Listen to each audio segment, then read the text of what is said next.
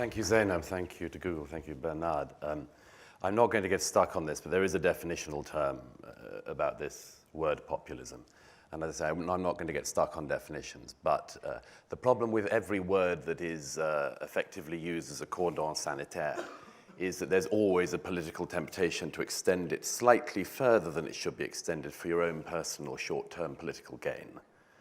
There is a possibility that in some of the cases we're talking about at the moment, that is one of the things that is going on, that it's a useful term to decry anything that is what you don't like, or indeed sometimes anything that is just popular, as we used to call it. The second thing I wanted to mention was the issue of bullet dodging. When I was starting off my career, somebody once said to me, there are two types of journalists who get killed as war reporters, people who've never done it before, and people who've done it all their lives. People who've done it for such a long time that they become slightly blasé about it. And Europe is slightly at risk of that second thing at the moment in relation to this thing, if we agree to call it populism. I mean, last December, everyone celebrates the Austrian Freedom Party loses 46 to 54. And everyone says, hurrah, we've killed the populists. After the Dutch elections in March, they say, thank goodness Geert Wilders' Freedom Party only came second. And then they say, after last night, thank goodness a member of the Le Pen family has only got a third of the French vote. I think we don't keep dodging these bullets. Now, if there's a reason, by the way, that I think this will get a lot worse, and why, if you really want a very, very gloomy prognosis, but nevertheless a page-turner, I refer to all of this in my book. Doom-mongering has never been such fun, as they say. But if there's a reason for that, it is in part because at gatherings like this one, not that there are very many, but gatherings of this nature, absolutely everything that the public is concerned about in these areas is totally off limits. Everything that you would say publicly, everything that can be discussed publicly here pretty much is off limits to general, from comparison to what the general public think. And let me just give you a couple of very quick examples of that. I was so glad that Zainab and Tony Blair earlier got on to some of this. But just consider the following. These are 3 polls from 2013 in Europe. A poll in 2013 in Germany found that 7% of the German public said they associate Islam at all with tolerance or respect for human rights. A poll that same year in France found that 67% of the French public think that Islam is, quote, incompatible with the French state. And 73% of the French in 2013 said that they viewed the religion very negatively. That was, of course, 2 years before the major attacks in Paris and elsewhere. That same year, 68% of the Dutch public said that there is, quote, enough Islam in the Netherlands. And you can agree or disagree with Mr. Orban, but he has the Hungarian populace on his side for the views he takes. And this poses a very serious question for gatherings like this one and political elites and political mainstreams across Europe. Because there is a tendency, and I don't wish to abuse the hospitality of my hosts or the previous speaker, but there is a tendency to do what Mr. Blair did earlier, which is to say this is a perception problem. We need to correct the perceptions, effectively, of the public. The public think the wrong thing. We need to correct that. You hear this. I don't want to name the publications, but there are publications in this country and elsewhere that have the same view. The public got it wrong on Brexit. We will keep writing sparkling editorials and brilliant monographs until they get it. And it may just be, and it's certainly in my view, the case that the public are not necessarily wrong. What Mr. Blair said about perceptions and immigration and so on is very telling to my mind. Let me give you one other pertinent set of figures. British Social Attitudes Survey, which is a pretty good marker of these things in Britain, has asked for a number of years the British public their views on immigration, and the views of the British public who want immigration to be reduced by, quote, a lot. In 2011, 51% of the British public said that. In 2013, 56% of the British public said that. And by 2014, 77% of the British public were saying that. Now, it's possible for a political class to keep saying, you, the people, just don't see the real world. We, the political elites, live in it, get with the program, join us. The problem is that the public may not be thinking that and saying that because of some fantasy populist thing. It may not be saying that because of a press magnate or a political leader who they disagree with. They may be saying it because the facts have changed in their countries, and that they see the facts changing every day. And like the publics in France and elsewhere, they see a lot of bad results of this. And it's not that their perception is the problem. The problem is that the facts have changed, and the political class keeps on trying to tell them, you're wrong on your facts. Now, there are some people who are trying to catch up with this, obviously in France, but I would give you a couple of quotes of people, and if I didn't tell you who said these things, you would tell me this must be a populist, this must be a Le Pen or something like this. Just as he was running for the French presidency and, of course, failed, former President Nicolas Sarkozy, quote, "In France, the only community that matters is the French community. If you want to become French, you speak French, you live like the French." Who would you think said before a recent election, act normal or go away? And if you live in a country where you get so annoyed with how we deal with each other, you have a choice, get out, you don't have to be here.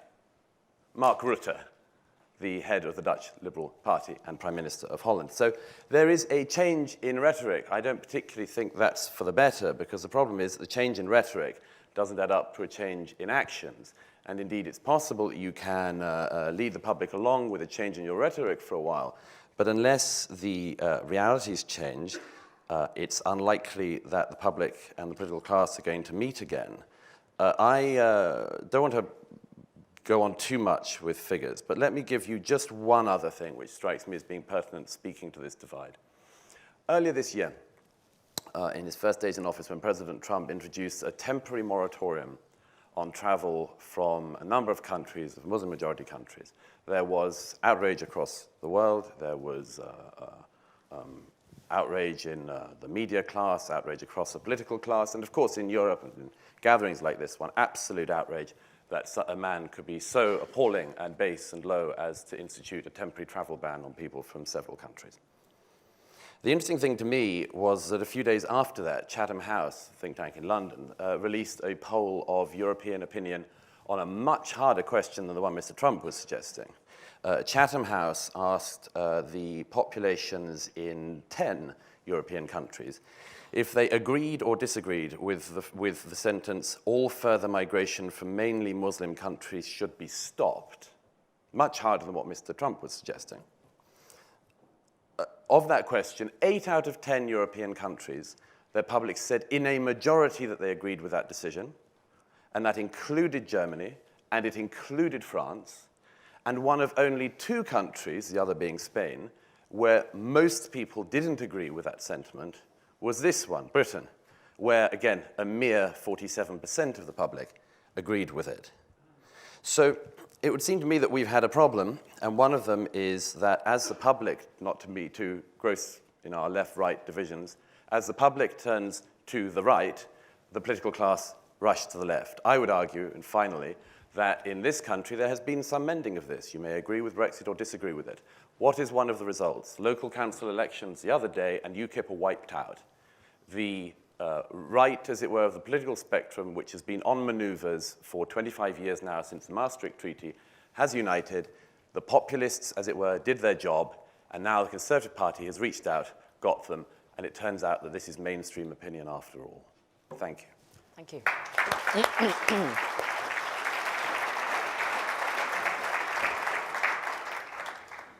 You have 2 minutes, right, to reply. 2 minutes to reply to yes. all these questions. Yes. Okay. First remark, I don't think that populism is just a way to name what we don't like. There is a real notion of populism, a concept of populism, which could be unfolded a lot, but to make it shortly, I said the ancient Latin writers, when they distinguished, when they separated the populus and the turba, the distinction is between people and mob. Populism is when the people is reduced to the mob. with all that it implies, with all that you can unfold from that. Number one. Number two, about Islam, you say it's a question of perception. I don't think so. It's a question of political activity. It is clear that there is in Europe a real uneasiness, not to say more, among the minorities from Muslim origin.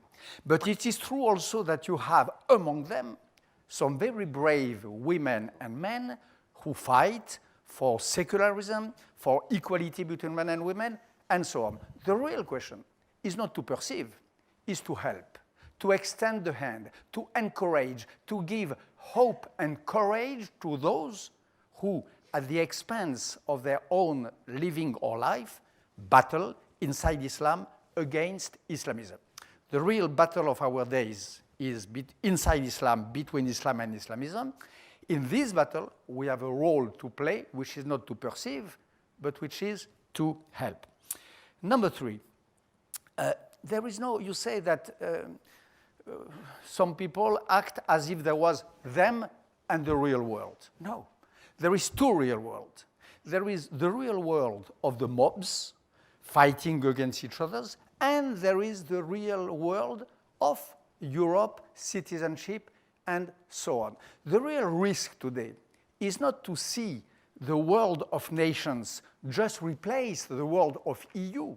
The real risk is to see our peoples going back not only to wars at the First and the Second World War, but war in general. La guerre de tous contre tous, wars about borders, wars between communities, and so on. There is two worlds, two conceptions of people, of Europe, of us, fighting today. And my last remark, when Sarkozy said that to be French is to embrace, okay, but the real problem of populism is to say that when you are born abroad, you have no possibility, no right, no chance to embrace French language, French culture, and French identity. This is a real dividing line. Okay, thank you. I let you go on a little bit longer because you did have a little bit more than your 8 minutes. But please, for your right of reply, do stick within the 2 minutes. Thank you. I'll try to go under and make up.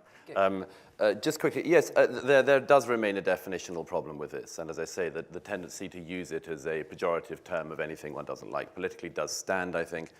If you were to read out some of the things Hillary Clinton said on the campaign trail, for instance, when she boasts about being the only candidate being attacked by Wall Street, if you didn't know it was Hillary Clinton saying that, this would fit a lot of the definitions we might come up with Wall Street, them and us, banker class against us, common people, and so on. So, as I say, I don't deny that such a thing can exist. I simply think that it has been extended further than it should have been extended, and that extension takes in, unfortunately, for many people, the majority of the publics of Europe. The second point, if I may, is very quickly about this point. It's a very important point you made about reformers and so on. Of course, before Europe had the wars of nation-states, we had the wars of religion. And the people who think that the abolition of the nation-state or the unification of the nations in the EU will get rid of war, of course, always have this problem before them, that this continent tore itself apart over religion, and some of us can see that happening again at some stage. And if there's a downside to this, it is, Bernard, as you know better than anyone, the fact that the very reformers you and I speak about, and the very reformers you and I know, are the immigrants who are most under threat. It is the reformers who go around in bulletproof jackets. It is my reformist friends who live in fear for their lives in London. It is not the Brotherhood people or the people who are wanting to do dawah. It is the reformers every single time. And when people say from non-Muslim communities, why don't more people stand up? That's the reason, because the assassin's veto is amazingly strong, and we ignore it at our peril. Thank you. Thank you very much indeed, Douglas. And BHR, Bernard Henry. I mean, I think for the purpose, I mean, we don't want to go into definitions, but it is worth noting that when we talk about populism, it's also on the left. Podemos in Spain, Syriza in Greece, and the Five Star Movement in Italy, who've also mounted quite an assault on the mainstream parties. So both on the right and the left. But as you say, the voice of the people, some people think is the way of ruin. I'm going to go to the floor in a minute, but just to ask you first, Douglas, really, you've boiled the arguments down to anti-immigration, really, and almost anti-Muslim immigration is the essence of your argument. You think if there were no more Muslim immigrants coming into the United Kingdom, for instance, or other EU countries, that would be the panacea to everybody's worries? No, I don't. And it's not a policy, by the way, I agree with. What I do think is happening consistently is that the publics in Europe are saying, slow it down. Just slow it down. It takes such a long time for a society to feel the effects of immigration of the scale we have had recently in Europe. It takes a very long time. We're still talking in Britain about the Huguenots. And the Huguenots were French Protestants. If anyone honestly thinks that it's going to be easier for the Eritrean community to go to Norway than it is for a French Protestant to move to Britain in the 18th century, then we're really kidding ourselves. Well, having said that, the Eritrean does have the badge of colour. The French, the Huguenots, always had the possibility of assimilation, because once they've been there for a long time and speak the language and so on, nobody can differentiate. But when you are of a different colour, you never have that real possibility of complete assimilation. You will always stand out. So there is a difference. But just very, very quickly again on this, you know, people often, and I like to decouple them, talk about Muslim immigration and also talk about the terror threat. But we've seen in both the United Kingdom and France that the terror threat from within has come from British-born and bred Muslims. People who, you know, have a Yorkshire accent, as we saw in the London transport attacks in 7/7. So how does that fit into your arguments? How does stopping new people coming in from Muslim-majority countries make people feel any safer here? Yes, this is one of the fascinating things. Of course, after the attack, the murder of the policeman in Paris the other day, everyone waited. Marine Le Pen, of course, went off early and talked about immigration. Of course, yet again, it turns out to be a homegrown French-born citizen. So these things are not separate, of course. Again, it goes back to this thing, if there's an overwhelming feeling, it is the European public saying, slow it down. It's clearly not going brilliantly at the moment. So why would you speed the process up? And that seems to me not to be an illegitimate point.